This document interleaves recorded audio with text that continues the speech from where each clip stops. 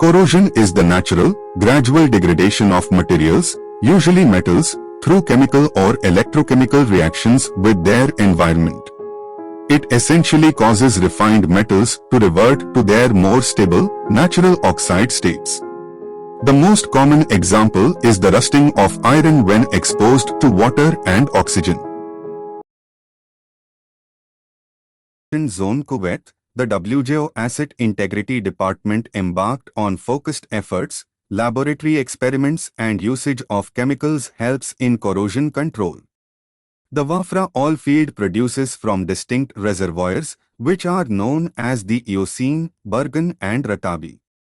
The shallowest reservoir is the Eocene, which is found at depths between 1,000 and 2,500 feet and deepest being the Ratabi reservoir between 6,250 and 7,500 feet. The Eocene is dolomitic carbonate rocks. The reservoir rock contains gypsum and anhydrite and chlorite layers and contains anions and cations that take part in chemical reactions which enhance corrosion of downhole equipment. The Eocene reservoir fluid, liquid and gases are laden with high concentration of the dissolved solids that contribute to a highly corrosive environment for downhole equipment materials. The associated heavy crude oil, API gravity 12 to 20, has a high sulfur content of 4.5%. The water has high dissolved solids, 68,000 ppm, along with high concentrations of calcium and sulfates with no produced formation iron. The water also contains high levels of corrosive acid gases, H2S and CO2.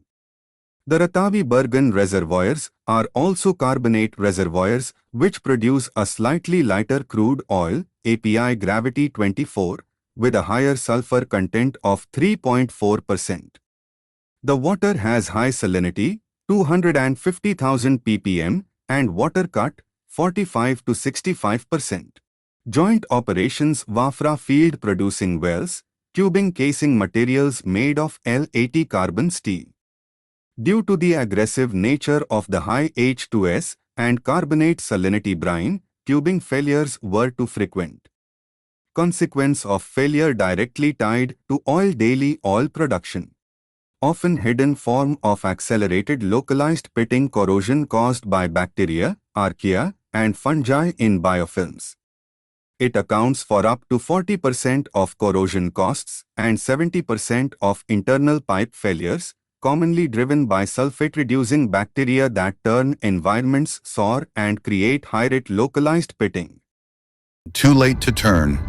The silent risk behind routine operations. The plant hummed with life. Pumps turning, valves aligned, everything working as it should. It was a day like any other, calm and predictable, with every system functioning in harmony.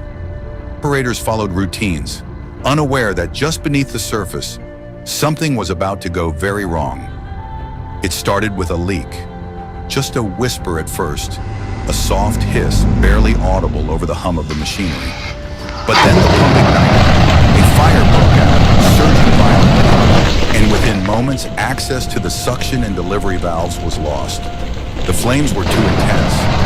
The system designed to be controlled was now uncontrollable. Yet there was hope. A second valve, hidden in the suction line between the pump and the tank. Positioned in the tank dike, it was meant to serve as a backup in just such emergencies. But it hadn't been touched in months, maybe years. When they tried to turn it, it wouldn't budge. Rusted, stiff, forgotten.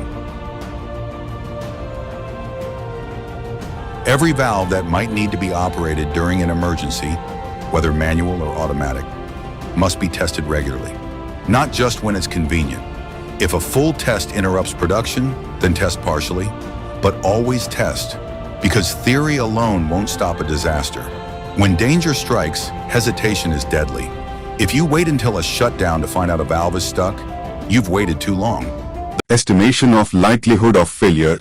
The likelihood of failure, LOF, related to downhole corrosion and scaling issues was evaluated through the review of the Wafra oilfield well workover files data from 2008 to 2014. The LOIF was determined by isolating the accumulative number of historical failures that had occurred on the individual wells due to corrosion and scaling issue.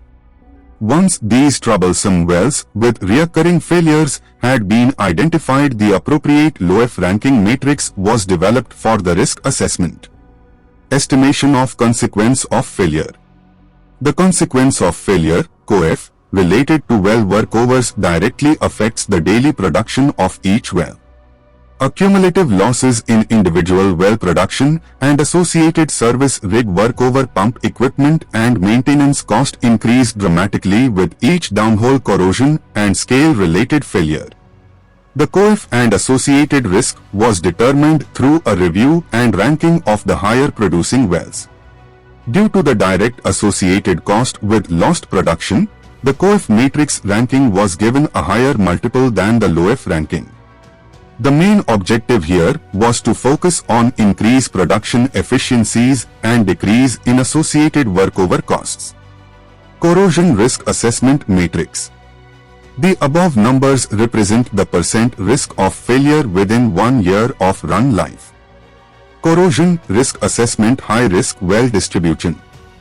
Hierarchization of the evaluated wells according to the level of risk. Risk Matrix. Number of wells, level risk per completion zone. Executive summary of well risk ranking. Number of wells, level risk per completion zone. Number of wells, risk versus completion zone. Weatherford Kuwait for Petroleum Services, WKPS, being an integrated solution provider, contract WJO SC 328 AI-12 had awarded in joint operations, KGOC plus Saudi Arabia Chevron, at Wafra. As part of corrosion risk assessment, sensitivity of different parameters, e.g. CO2 and H2S, temperature, pressures, flow rate and water cut etc., on the predicted corrosion rate should be assessed. Once a trend has been established to justify a change in the mitigation program, the next step is implementing the right solution. When putting together a chemical mitigation strategy, it is important to know the failure mechanism, review application options, and what the associated costs might be, economic benefits of chemical treatment program. The consideration and selection of the right chemical product and its proper application is always the correct solution for reducing downhole failure rates. Details of laboratory tests shall be conducted to evaluate integrity chemicals for oil and gas system. The overall approach will be strongly influenced by whether a chemical treatment is being designed for existing system. WKPS laboratory evaluation of corrosion inhibitors. Corrosion inhibitor. A corrosion inhibitor is chemical, when added in small amounts to a corrosive environment of a metal or an alloy, effectively decreases corrosion inhibitors. Usage classification of inhibitors. Inhibitor can be classified into 3 groups. Inorganic inhibitors, neutralizing inhibitors, organic film forming inhibitors. Inorganic inhibitors, anodic inhibitors reduce by disrupting the electrochemical reactions at anodic sites of the metal surface.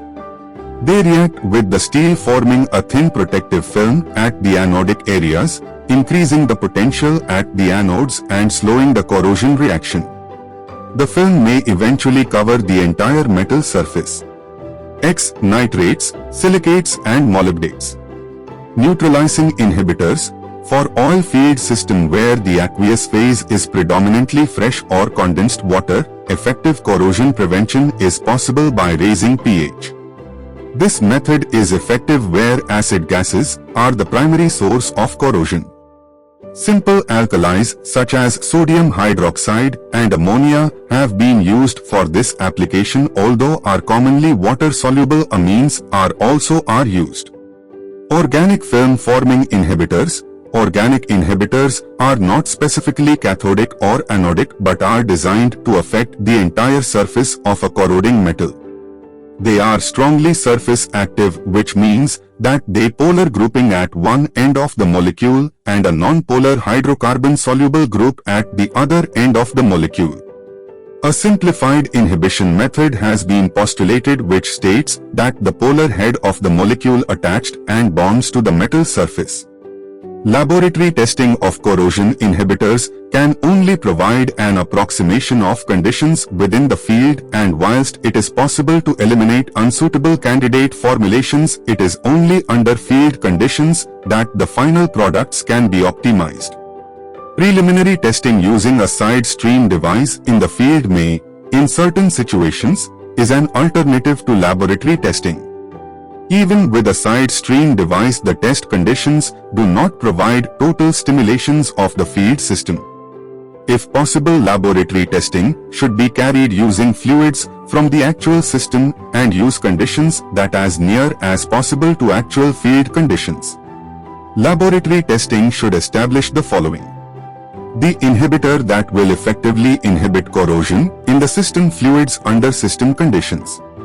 The inhibitor that will function at the lowest cost-effective level and a higher level with not over-treat. The inhibitor that will not cause production problems due to incompatibility with the system fluids, materials, system conditions and other chemicals in the system.